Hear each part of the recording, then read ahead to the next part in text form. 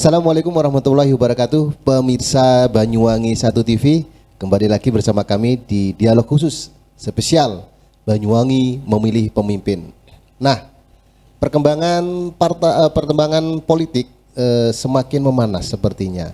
Karena kita tahu semua beberapa hari lalu ini banyak kader ataupun relawan yang mereka sudah semangat mengusung Bapak Sumail untuk menjadi Bupati Banyuwangi.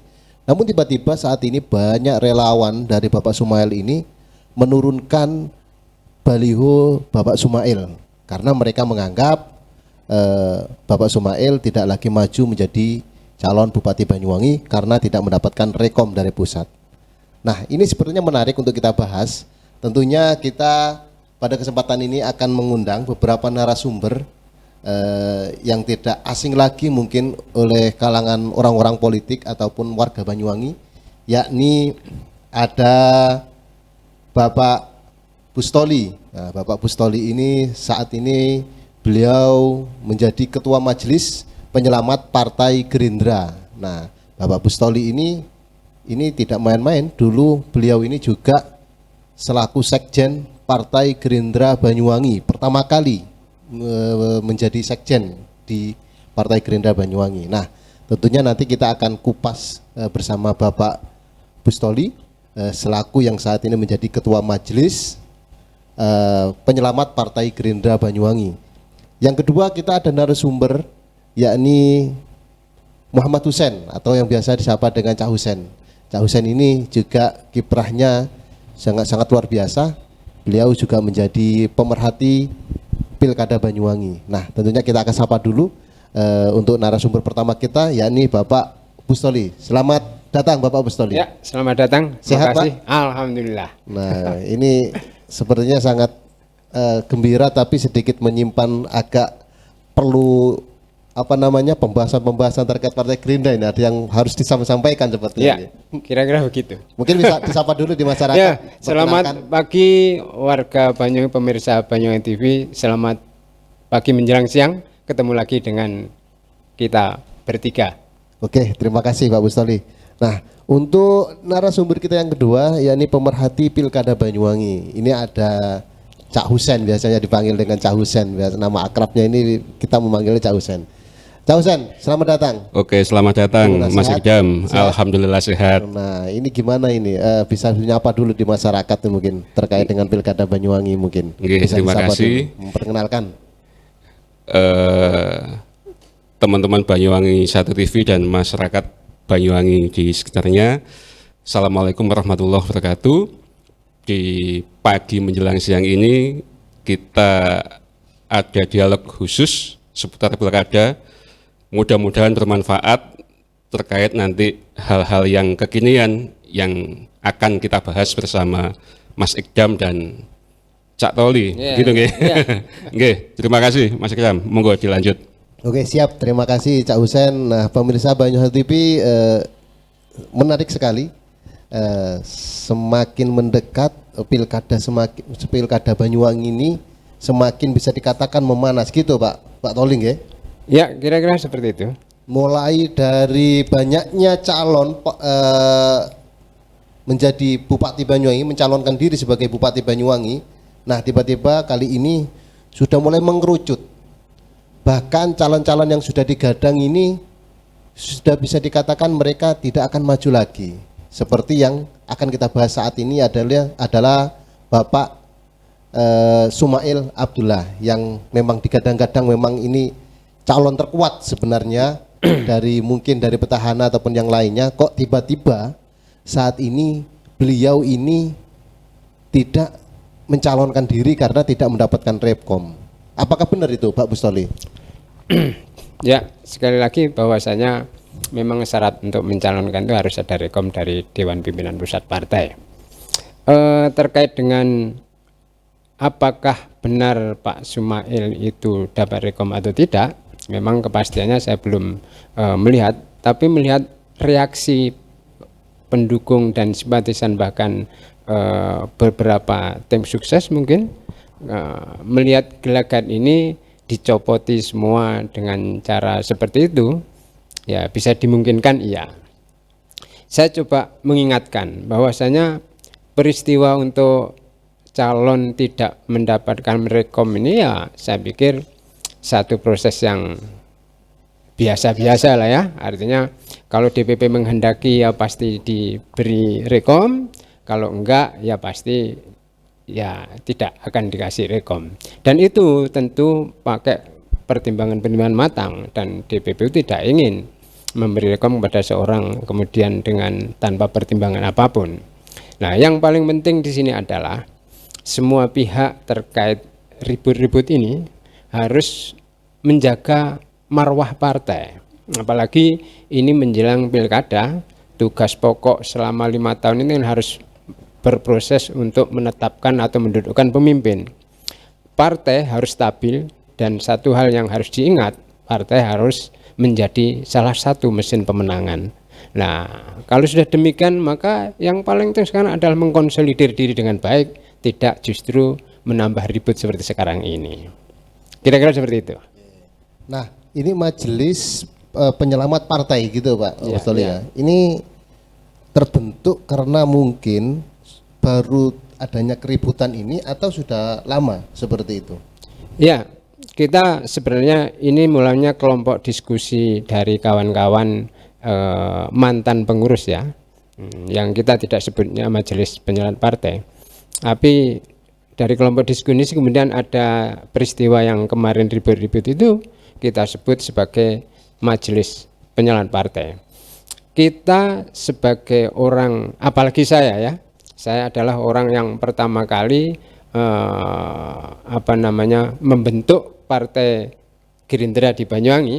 Tentu apapun yang terjadi di dalam partai Gerindra ini, meskipun sekarang saya bukan pengurus, mesti terpanggil untuk ikut serta berperan memberi kontribusi pemikiran maupun apapun yang lain demi kebaikan partai Gerindra tersebut.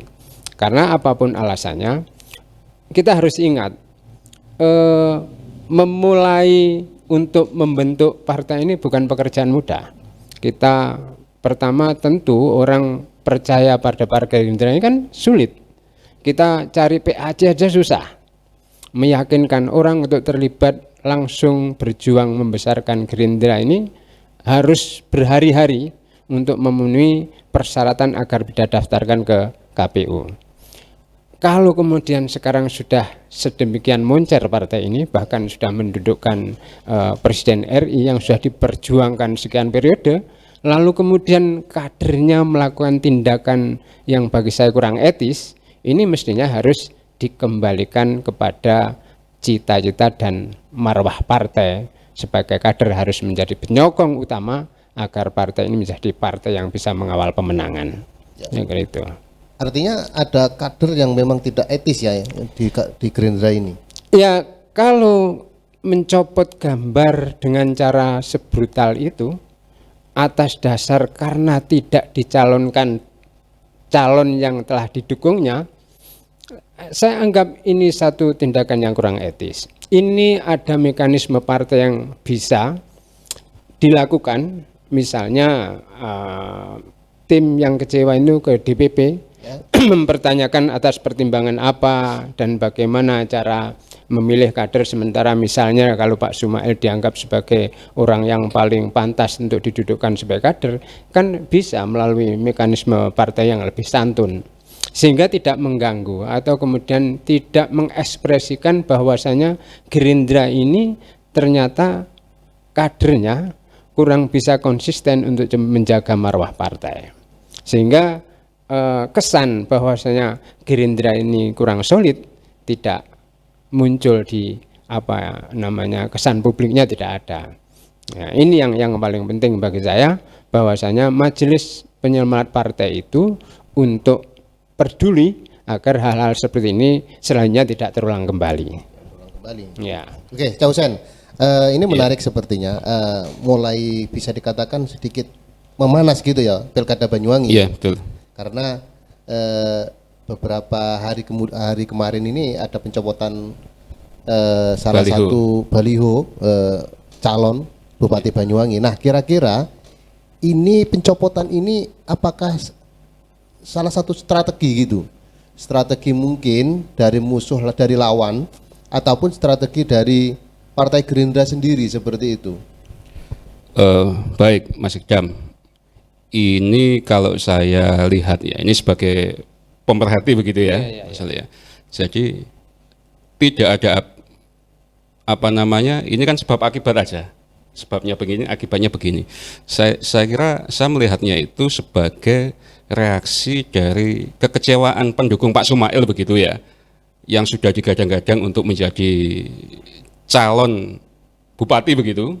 Kemudian kok tiba-tiba muncul kabar beredar bahwa beliaunya tidak dapat rekom. Nah ini tentu kan mengundang sebuah kekecewaan bagi pendukungnya, sehingga reaksi itu saya melihat sebagai bentuk protes yang alamiah, yang bisa jadi apa namanya, saya melihatnya meskipun itu pencopotan kan, mestinya kalau idolanya kan kalau bisa dipublikasikan, ya kan. Ini kan pencopotannya kan terkesan anarkis, padahal mencopot itu kan karena sudah tidak didapat rekom, kemudian dicopot. Kan sebenarnya sesuatu yang wajar saja. Ya, hanya saja mau tidak mau kan reaksi batin mungkin begitu ya. Itu menunjukkan kekecewaan terhadap gagalnya perekoman Pak Sumail ini. Jadi saya melihatnya seperti itu. Jadi saya melihatnya seperti itu. Ini wujud kekecewaan saja. Itu kekecewaan saja. Saya melihatnya lebih kepada wujud kekecewaan. Begitu Mas Ikdam. Tapi mencopot ini apakah memang kalau menurut Pak Bustoli dan Mas Husain ini kira-kira orang-orang yang mencopot banner ini apakah orang-orang Gerindra atau orang-orang di luar Gerindra? Bisa dikatakan relawannya Sumail lah, Pak Sumail. Nah ini Pak Bustoli mungkin bisa di... Ya. Saya kira mau itu orang Gerindra atau relawannya Pak Sumail, artinya kalau kemudian ini relawannya Pak Sumail tentu kan tidak boleh lepas karena Pak Sumail diusung dari Partai Gerindra. Tentu langsung ataupun tidak langsung mereka juga sudah membawa misi dan nama besar Partai Gerindra. Jadi sedikit pun melangkah dan ada kesalahan, walaupun itu statusnya hanya tim Pak Sumail, maka yang paling dekat kena batu kejelekannya adalah Partai Gerindra. Maka saya ingatkan di sini sebagai majelis koordinator majelis penyalahgunaan partai, siapapun mau kawan kader Partai Gerindra, mau simpatisan, mau pendukung Sumail, kalau sudah menyokong dan membawa simbol Gerindra harus menjaga agar marwah partai itu menjadi terus terhormat, tidak dicurangi oleh tindakan-tindakan yang bagi saya ini memang kurang etis. Kira-kira seperti itu. Itu pencopotan itu di semua titik yang ada banner Pak Sumail itu, Mas Ali? Iya. Pantauannya. Iya, saya melihat dari beberapa gambar yang beredar di beberapa tempat dicopoti dengan ekspresi yang meluap-luap. Ya, bisa disebut sebagai kemarahan pendukung atas kabar yang bahwasanya rekom tidak jadi disematkan pada Pak Sumail. Makanya saya bilang dalam partai itu hal yang wajar. Saya dulu waktu jadi sekretaris, ketika pencalonan Pak Anas pertama, yang paling pertama mencalonkan Pak Anas ya saya dari Partai Gerindra.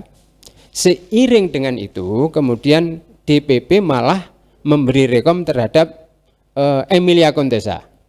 Dan karena itu sudah keputusan Dewan Pimpinan Pusat, ya DPC tentu saja harus ikut dan menegakkan perintah DPP dan harus kita kawal untuk menang. Walaupun pada saat itu akhirnya Emilia kalah. Feelingnya DPC sudah yang bagus karena yang menang adalah Pak Anas. Tapi ya apa boleh buat, DPP punya otoritas untuk itu dan kita harus menegakkannya. Saya kira ya memang harus seperti itu. Nanti sebagai kader partai kalau sudah DPP memberi satu perintah, apalagi seperti Partai Gerindra itu di kader lewat hambalang, itu nyaris disiplinnya seperti tentara, ya pasti siap perintah pimpinan harus dilaksanakan untuk mengawalnya dengan baik dan sesama. Gitu. Oke, Causen, kira-kira kenapa ini? Menurut pengamatan jenengan selaku pemerhati Pilkada Banyuwangi, kenapa kok Pak Sumail ini tidak mendapatkan rekom? Mungkin apakah ada kekurangan ataupun kemampuan untuk memimpin Banyuwangi, atau ada yang memainkan sehingga Pak Sumail ini harus tidak naik untuk menjadi calon pilkada di Banyuwangi seperti itu? Kacamata jenengan seperti apa ini? Ya, baik Mas Ikdam. Jadi begini, ini kan masih dinamis sebenarnya, ya kan? Sebelum siapapun mendaftar di KPU, segala sesuatunya di dunia politik itu kan serba dinamis. Kita melihat berbagai macam hal. Salah satunya yang mencuat hari ini adalah kabarnya salah satu petinggi parpol di kabupaten begitu, yaitu Bapak Haji Sumail yang tidak mendapat rekom. Padahal suara di kader partainya, beliau itu aktif kemana-mana dan sebagainya. Nah, tentu DPP ya kalau di Gerindra itu kan punya alasan spesifik biasanya yang mengapa itu tidak terjadi. Masalahnya kan ini kan nanti mengandung multitafsir yang sebenarnya itu juga sebab akibat juga akan muncul berbagai macam dugaan. Apakah ini hanya semacam mohon maaf dalam tanda kutip permainan belaka, mungkin ada yang pesen, ojo sampai Pak Sumail dapat rekom atau apa, kita semua nggak tahu sebenarnya, ya kan? Dalam dunia politik itu kan semua serba mungkin, sehingga nanti kalau kita pakai normatifnya kan dilihat elektabilitasnya dan sebagainya. Akan tapi kan kalau wacana politik kan bisa menjadi lain karena ada sebab-sebab yang bisa dikatakan manfaat dan mudaratnya banyak apa sedikit atau gimana. Itu semua saya kira Mas Ikdam itu pertimbangannya pusat begitu. Cuman kan sebagai masyarakat itu kan muncul bermacam spekulasi sebelum ini terjadi pun.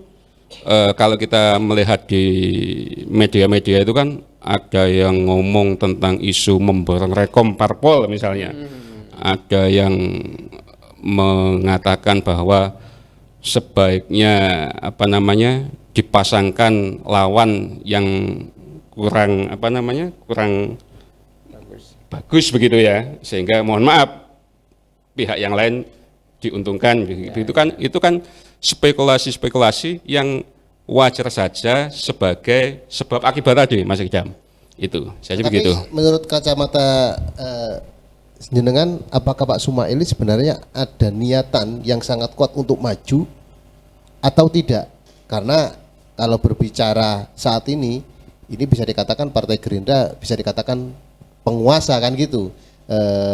Pilpres dimenangkan calonnya dari Partai Gerindra, presidennya dari Partai Gerindra. Masa di Banyuwangi Gerindra tidak ada kader yang sangat mumpuni ataupun yang bisa maju untuk bisa memenangkan Pilkada Banyuwangi. Nah, menurut kacamata Causen ini, Pak Sumail ini sebenarnya orangnya memang benar-benar ingin maju karena kemampuannya, atau memang tidak maju karena beliau, kita tahu sendiri, dia terpilih menjadi DPR RI kan seperti itu. Nah, gimana menurut?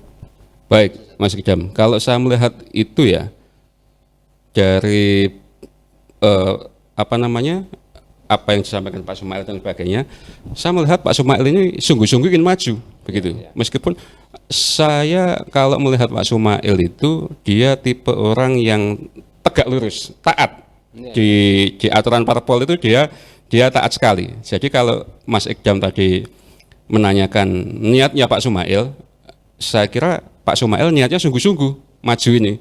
Itu meskipun dia di DPR RI, kalau memang dia ditugaskan, seingat saya beliau pernah ngomong itu soalnya, dia siap, seingat saya itu melepas DPR RI-nya begitu. Jadi meskipun beliau DPR RI dengan, kan sudah pasti nih beliaunya, Sudah terpilih. jadi sepengamatan saya, beliau itu sungguh-sungguh ingin mencalonkan diri jadi Bupati Banyuwangi, dan itu sudah seringkali seingat saya disampaikan oleh beliaunya itu. Begitu Mas Ida. Oke. Untuk Pak Bustoli. Nah, kalau menurut kacamata jenengan, ini kok kenapa? Kalau menurut Cak Husen tadi sebenarnya Pak Sumail ini sudah sungguh-sungguh sangat luar biasa. Mereka masang baliho di mana-mana. Betul, ya. Mereka yakin Pak Sumail ini akan maju dan bisa dikatakan mampu karena beliau sudah duduk di DPR RI kan, seperti itu, pengalamannya sudah ada. Betul, ya. Kok tiba-tiba ini beliau ini tidak mendapatkan rekom? Nah, ini apakah memang ada yang memainkan atau memang ada yang memutus Pak Sumail ini atau seperti apa menurut kacamata jenengan? Sebenarnya kan sudah tahu di liku-liku politik kan tahu sebenarnya. Ya, ya. Saya tidak berandai-andai ya, tapi kita akan kalkulasi dari peta dan fakta arah politik yang ada. Gerindra ini kan cuma dapat 6 kursi. Ya, dia kalau mau maju harus punya kawan koalisi. Ya percuma kalau kita ngotot kader terbaik Gerindra sebagai partai yang punya presiden, tapi syaratnya nggak mau, ini gimana? Harus gandeng kawan koalisi. Sudah berulang kali saya ingatkan melalui forum-forum kader lewat Facebook, cari dulu kawan koalisi, yakinkan ke DPP kita siap maju karena ada kawan koalisi yang bisa mencukupi untuk memenuhi maju di pilkada. Dan ini sampai hari ini siapa coba kawan koalisinya? Kalau dipaksakan pun saya yakinnya nggak bisa, mau kader sesuper apapun syarat untuk koalisi tidak memenuhi ya pasti batal. Makanya jangan hanya overconfident sebagai kader atau siapapun yang sudah merasa mampu untuk dicalonkan diri sebagai bupati, tapi unsur-unsur lain harus dilengkapi. Syarat maju itu harus memenuhi konstitusi perundangan untuk pilkada ini. Dan Gerindra pasti harus punya. Konsekuensinya Gerindra kan dapat 6 kursi, ya pasti harus ada kawan koalisi. Dan kita tahu sampai hari ini kalau ditanya, coba siapa kawan koalisinya? Mau daftar lewat mana? Maka satu-satunya pintu untuk bisa mencalonkan cukupi dulu kawan koalisi, baru kita bisa daftar. Gitu. Tetapi kan ini seakan-akan Gerindra ini menyerah dulu. Artinya menyerah ini, kita tahu di partai politik di Banyuwangi ini masih belum ada yang bersatu, bergabung, berkoalisi. Iya, sampai saat ini kan masih belum ada kejelasan partai mana berkoalisi dengan mana kan belum. Artinya kenapa kok Gerindra ini sekarang ini bisa dikatakan menyerah lebih dulu lah sebelum melakukan komunikasi partai antar partai politik. Di hari H kan masih ada renggang waktu seperti itu. Contoh bisa dikatakan PKB saat ini juga mencari, Demokrat juga mencari koalisi. Nah, kenapa ini masih belum nggak dilakukan terus menerus?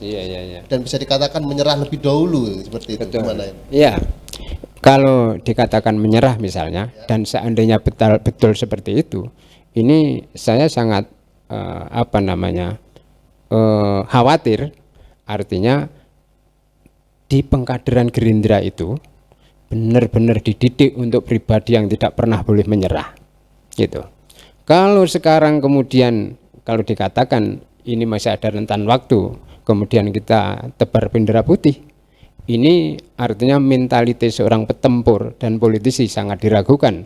Kalau disebut pemimpin itu tidak boleh menyerah sebelum perang. Kalau layar sudah dikembangkan, pantang untuk mundur kembali. Itu sampai kapanpun.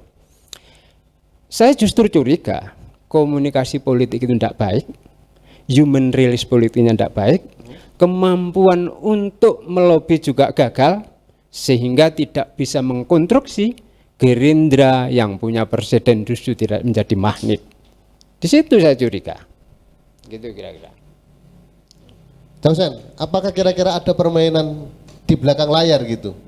Nah, ini artinya ketika semua ini bisa dikatakan Gerindra ini sebagai pemenang ya di Pilpres ya. Ini ketika mengusung salah satu calon ini kan sangat berbahaya juga kan seperti itu.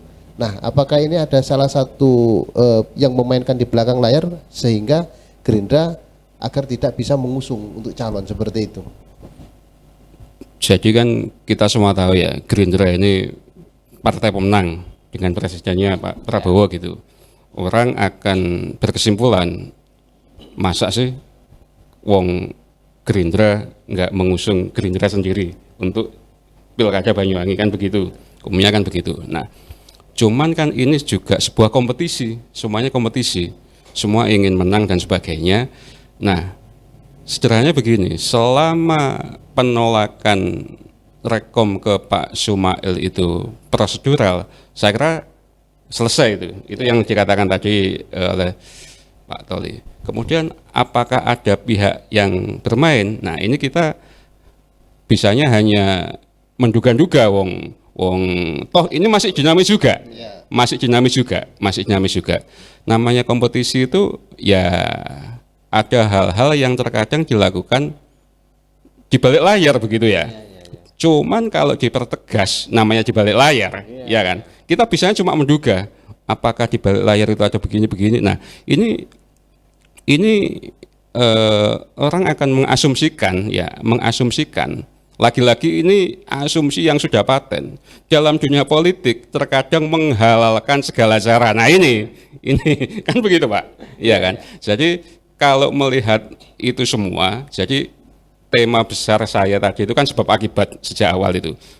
Jadi ada asumsi itu wajar, hanya saja ini kelihatan apa enggak, begitu. Vulgar apa enggak, begitu. Nah, saya lihat persoalan semacam itu ya, apakah ada di balik layar dan sebagainya, itu kok tiap saat musim kompetisi itu selalu ada wacanya begitu. Dan pada kenyataannya ya wallahu alam saja, itu hanya omongan di warung kopi ada begitu, tapi begitu kita di kenyataannya itu ya tetap di balik layar tadi itu, Mas Ikdam. Itu saya melihatnya seperti itu. Jadi saya melihatnya ini sebuah kompetisi yang terkadang wacana politik itu kan sudah terstigma menghalalkan segala cara, padahal belum tentu. Kita nggak bisa menggebiah-uyah ada kader yang mesti begitu, nggak harus. Ini di partai manapun saya kira. Jadi kita hendaknya menghindari juga pemikiran yang mengeneralisasi kabeh dipodokno. Ya kan, pokoknya politik itu segala cara, maka lahir pertanyaan-pertanyaan semacam asumsi, apakah ada yang memainkan, kenapa kok Pak Sumail bisa tidak mendapatkan rekom itu. Jadi begitu, Mas Ikdam. Oke, pemirsa Banyuwangi TV, sangat menarik pembahasan kita. Tentunya kita akan bahas lagi setelah pesan-pesan berikut. Banyak yang harus kita bahas. Mungkin salah satunya adalah terkait dengan partai politik di Banyuwangi yang bisa dikatakan minim kader. Adapun kader ternyata yang siap untuk maju untuk menjadi pilkada, ternyata tiba-tiba mereka tidak akan maju seperti itu. Seperti apa pembahasan kita nanti tentunya setelah pesan-pesan berikut.